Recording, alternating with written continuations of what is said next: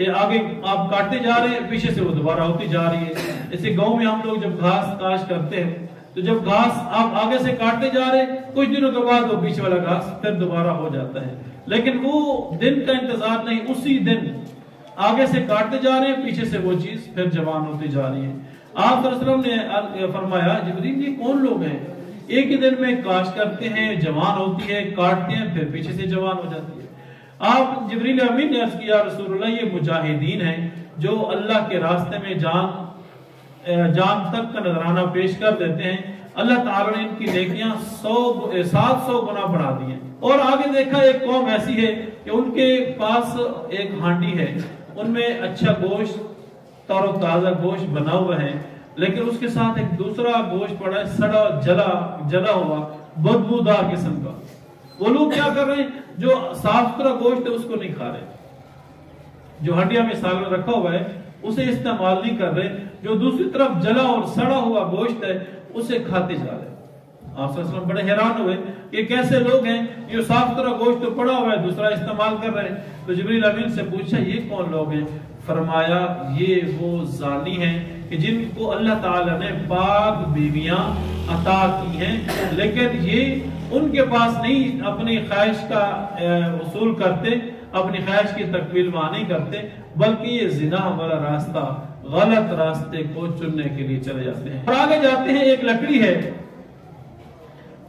ہے جو راستے میں کھڑی ہوئی ہے، اور جو چیز بھی اس راستے سے گزرتی ہے اس لکڑی کو لگ کر اس کا کچھ نہ کچھ نقصان ہو جاتا ہے۔ کپڑے لگتے ہیں، کپڑے خراب ہو جاتے ہیں، کوئی انسان وہاں سے گزرتا ہے، انسان کو نقصان پہنچتا ہے۔ تو آپ صلی اللہ علیہ وسلم پوچھتے ہیں اس لکڑی کا کیا مقصد ہے، اس سے کیا مراد ہے؟ فرمایا اس لکڑی سے مراد وہ ڈکیت ہیں جو رات کی تاریکی میں راستے میں چھپ کر لوگوں کا انتظار کرتے ہیں، جیسے کہ لوگ وہاں سے گزرتے ہیں ان کا مال لوٹ لیتے ہیں۔ یہ آپ کی امت کے وہ ڈکیت لوگ ہیں جن کو اللہ تبارک و تعالیٰ نے اس لکڑی سے تشبیہ دی۔ اور آپ آگے تشریف لے جاتے ہیں، وہاں ٹھنڈی ہوا، خوشبودار ہوا اور خوشبو سے معطر ایک جھونکے محسوس ہوتے ہیں۔ آپ نے پوچھا یہ کس چیز کی ہوا ہے؟ جبریل امین نے عرض کیا یہ جنت کی خوشبودار ہوا ہے۔ اور تھوڑا آگے جاتے ہیں تو بدبو تعفن سے بھرپور ایک بدبودار سی ہوا آپ کے محسوس ہوتی ہے۔ آپ پوچھتے ہیں یہ کس چیز کی بدبو ہے؟ تو جبریل امین نے عرض کیا رسول اللہ یہ جہنم کی وہ بدبو ہے۔ لِنُرِيَهُ مِنْ آیَاتِنَا، میں اپنے نشانیاں ان کو دکھاؤں گا۔ یہ کچھ نشانیاں تو یہ تھی جو آپ صلی اللہ علیہ وسلم نے راستے میں دیکھی، اور کچھ نشانیاں آپ نے بعد میں بھی دیکھی۔ اور جب بیت المقدس سے آسمان کا سفر ہوتا ہے، یہاں پہلے آسمان، دوسرا، تیسرا، چوتھا اور پانچواں، چھٹا، ساتواں، اس سے اوپر بھی جاتے ہیں۔ جب پہلے آسمان پہ جاتے ہیں تو آپ کی حضرت آدم علیہ السلام سے ملاقات ہوتی ہے۔ دروازے پہ دستک دیتے ہیں جبریل امین، اندر سے وہ فرشتہ پوچھتا ہے جو اس آسمان کا دربان ہے، چوکیدار ہے، پوچھتا ہے کون؟ وہ کہتے ہیں جبریل۔ پوچھتے ہیں آپ کے ساتھ دوسرا کون ہے؟ تو کہتے ہیں حضرت محمد مصطفیٰ صلی اللہ علیہ وسلم میرے ساتھ ہیں۔ اور پھر یہ سوال ہوتا ہے کیا ان کو بلایا گیا ہے؟ وہ جبریل امین کہتے ہیں جی ان کو بلایا گیا ہے۔ ساتھ ہی دروازہ کھلتا ہے اور انہیں کہا جاتا ہے اہلا و سہلا مرحبا، اللہ تعالیٰ آپ کا آنا مبارک ہو، ہمارے لیے خوشی کی بات ہے کہ آپ یہاں تشریف لائے۔ حضرت آدم علیہ السلام ان کے لیے بیٹے کا لفظ استعمال کرتے ہیں۔ تو حضرت آدم سے ملاقات ہوتی ہے، پھر دوسرے آسمان پہ جاتے ہیں۔ دوسرے آسمان پہ جب جاتے ہیں یہی سوال و جوابات ہوتے ہیں، اور دوسرے آسمان پہ حضرت یحییٰ اور حضرت عیسیٰ علیہ السلام سے ملاقات ہوتی ہے۔ یہی سوال، یہی جواب، بار بار یہی سوال جو ہے نا دہرائے جاتے ہیں۔ آپ صلی اللہ علیہ وسلم انہی سوالوں کا جبریل امین کے ذریعے سے ان کو جواب ملتا ہے۔ اور آپ پھر تیسرے آسمان پہ جاتے ہیں۔ تیسرے آسمان پہ حضرت یوسف علیہ السلام سے انہی سوالات کا مذاکرہ، انہی جوابات کا تذکرہ ہوتا ہے۔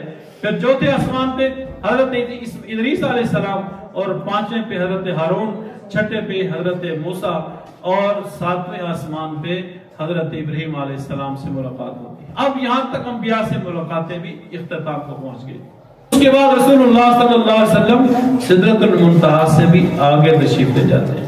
جب یہاں جانے لگتے ہیں جبریل امین اپنے ہاتھ کھڑے کر دیتے ہیں اور فرماتے ہیں آقا میرا سفر ختم ہو چکا ہے، میں آپ کو ام ہانی کے گھر سے یا خانہ کعبہ کے دیوار کے ساتھ سے آپ کو میں لے کر آیا ہوں۔ اللہ کا حکم یہی تھا کہ سدرۃ المنتہا میری انتہا ہو گئی یہاں پہ، اس سے آگے آپ کا اپنا سفر ہے۔ اور پھر سورۃ النجم کے اندر اللہ تعالیٰ نے اس کا فرمایا فَكَانَ قَابَ قَوْسَيْنِ أَوْ أَدْنَىٰ فَأَوْحَىٰ إِلَىٰ عَبْدِهِ مَا أَوْحَىٰ۔ ایک اور مقام آتا ہے، ایک اور عند سدرۃ المنتہا عندها جنۃ المأویٰ۔ اب دیکھیں سدرۃ المنتہا پہلے اللہ نے ذکر فرمایا، پھر فرمایا عندها جنۃ المأویٰ، اس کے بعد ایک اور مقام ہے اذ یغشی السدرۃ ما یغشی ما زاغ البصر وما طغی لقد رأى من آیات ربہ الکبریٰ۔ اللہ تبارک و تعالیٰ کو براہ راست رسول اکرم صلی اللہ علیہ وسلم نے دیکھا، ان سے ملاقات کی، ان کی زیارت ہوئی۔ اب ملاقات بھی ختم، زیارت بھی ختم، جو تشنگی تھی، جو آپ کو دکھ پہنچا دنیا کے اندر، حضرت خدیجہ کا انتقال، جناب ابو طالب کا انتقال، دونوں آپ کے ہمدرد تھے، آپ سے محبت کرنے والے تھے، آپ کی سرپرستی کرنے والے تھے، اس غم کا آپ کو بدلہ دیا جا رہا ہے خوشی کی صورت میں۔ اللہ تعالیٰ اپنے سے ملاقات کرا کے، اپنی زیارت کروا کے، اب اللہ تبارک و تعالیٰ نے تحفے عنایت فرمائے۔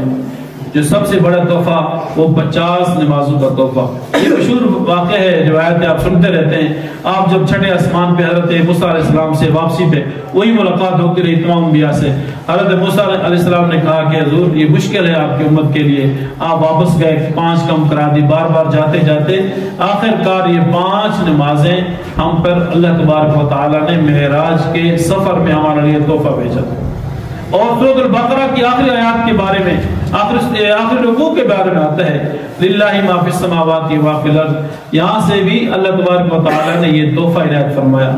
اور بھی ایک تحفے کے بارے میں آتا ہے کہ آپ صلی اللہ علیہ وسلم کو اللہ نے خوشخبری دی کہ آپ کا ہر امتی جنتی ہے سوائے اس امتی کے جس نے شرک کیا ہو۔ معلوم ہوا کہ آپ نے ارشاد فرمایا اللہ تبارک و تعالیٰ نے کہ جو امتی جتنا بھی گناہ گار ہوگا، جتنا بھی غلطیاں کرنے والا ہوگا، جتنا بھی نافرمانی کرنے والا ہوگا، اگر اس نے شرک نہ کیا ہو، یا رسول اللہ آپ گواہ رہو، اس کو میں ایک نہ ایک دن جنت میں ضرور داخلہ دوں گا اور وہ جنت میں داخل ہونے والا بنے گا۔ تو اللہ تبارک و تعالیٰ سے دعا یہ ہے، یہ جو معراج کا سفر اور اس کے جو رموز و اوقاف ہیں، اس کے جو فلسفہ ہے، اس کی جو پیچیدگیاں ہیں اور اس کا جو مقصد ہے، سب سے بڑی بات اس کا جو مقصد ہے، اللہ تعالیٰ یہ بھی ہمیں سمجھنے کی توفیق عطا فرمائے۔ اور اس عظیم سفر پہ رسول کریم صلی اللہ علیہ وسلم کو جو سب سے بڑا تحفہ، سب سے بڑا انعام جو آپ کو ملا، اور آپ صلی اللہ علیہ وسلم نے اس انعام کو سنبھال کر رکھا۔ یہ دنیا کا اصول ہے کہ آپ کسی دوست کے پاس جاتے ہیں، جو تحفہ آپ کو ملتا ہے وہ تحفہ آپ کے لیے فخر کی بات ہوتی ہے۔ تحفہ چھوٹا ہو یا بڑا ہو اس کو نہیں دیکھا جاتا، لیکن وہ انسان کے لیے فخر کی بات ہوتی ہے کہ میرے فلاں دوست نے، فلاں میرے رشتہ دار نے مجھے تحفہ دیا۔ اسی تحفے کو سنبھال کے بھی رکھا جاتا ہے۔ جب آپ اس تحفے کو سنبھالیں گے تو جس کو تحفہ ملا وہ بھی خوش ہوگا اور جس نے دیا وہ بھی خوش ہوگا۔